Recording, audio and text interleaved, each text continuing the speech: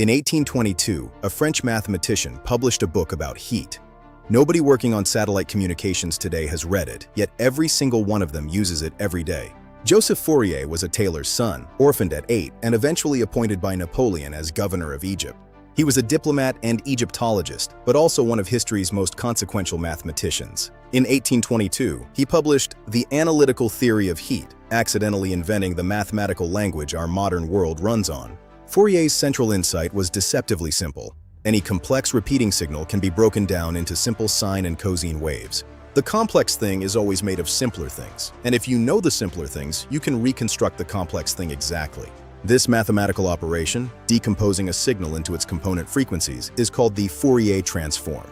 Without it, the modern world would be impossible. Every image transmitted over the internet uses Fourier analysis to compress data. Every MP3 you have ever listened to was created by identifying which sound frequencies human ears notice and which they do not. Every MRI scan uses Fourier analysis to reconstruct body tissue images from raw magnetic resonance data. Every mobile phone call is routed through a frequency division system built entirely on Fourier mathematics. And satellite communications, the infrastructure behind GPS and global connectivity, runs on Fourier signal processing. Removing it wouldn't just degrade the system, it would eliminate it entirely. Fourier didn't know any of this was coming. He was simply trying to understand how heat moves through solid objects. But his math describes something far more universal, how any complex phenomenon is the sum of its simpler components. The insight transferred from heat to sound to radio waves with no modification required.